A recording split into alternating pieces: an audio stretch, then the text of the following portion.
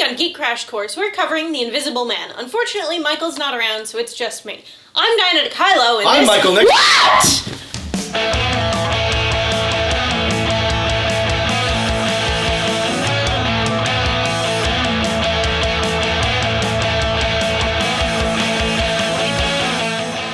The Invisible Man, written by H.G. Wells, was originally published in 1897 as a serial, but later compiled into a novel. It's iconic because it's one of the first stories about a man that you are unable to see, who's not a spirit, not a ghost, but the sci-fi concept of a man that is completely invisible, with some relatively logical-sounding explanations considering it was written in 1897. H.G. Wells quit his teaching career when he came down with tuberculosis. During his recovery, he began writing.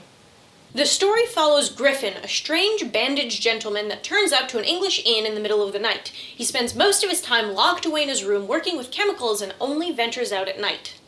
As strange burglaries begin to plague the town, he becomes an item of gossip in the village. When he runs out of money, he reveals what is underneath his bandages to his landlady.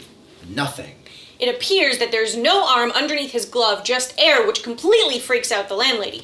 She tries to have him arrested, but Griffin, revealed to be the Invisible Man, escapes, running about the town butt naked in the middle of winter to evade the police. Please note, he is naked because he did not have a set of invisible clothes, not because he was an invisible perv. Michael? Yes? I can only see your hat. I know. Griffin convinces a man and tramp named Thomas Marvel to retrieve some of his notebooks from the inn, as he fled without any of his books or materials. When Marvel tries to rat him out to the police, Griffin takes refuge in an old colleague's house, Dr. Kemp. Now that Griffin is in the presence of a trustworthy companion, he reveals his story. He left medical school to study optics and made several major breakthroughs. He discovered a process to bend light around himself and attempted the process on himself. It worked, but he's been unable to discover how to make himself visible again.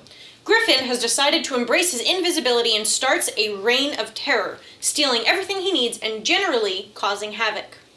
Dr. Kemp, being neither invisible nor a sociopath, reports Griffin to the police, who then escapes again, but it is Kemp that comes up with the plan to catch Griffin. They use dogs to find his scent, line the streets with powdered glass, and mobilize the people into a mob, who ultimately find and beat Griffin.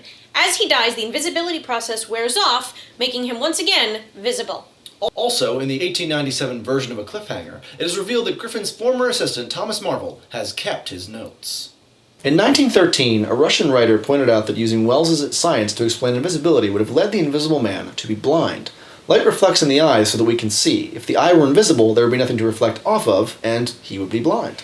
Homework. Read The Invisible Man by H.G. Wells. You can also check out the Invisible Man TV series that ran on Sci-Fi, now Sci-Fi, from 2000 to 2002. It has very little to do with the novel, but there is rogue super science and the lead turns invisible, so... Avoid. Hollow Man from 2000. It stars Kevin Bacon, but it's bad. It's just really bad. Don't do it. There's a sequel. No, there's not. There is. In the 1933 film The Invisible Man, the director dressed Claude in black velvet and filmed him against a black velvet background to create the effect that he wasn't there. What's your favorite use of invisibility in modern fiction? Tell us in the comments below, and remember to subscribe above for more Geek Crash Course. If you have any questions, you can find us on Twitter, Facebook, or our website, geekcrashcourse.com. Thanks for watching, and we'll see you next week on Geek Crash Course.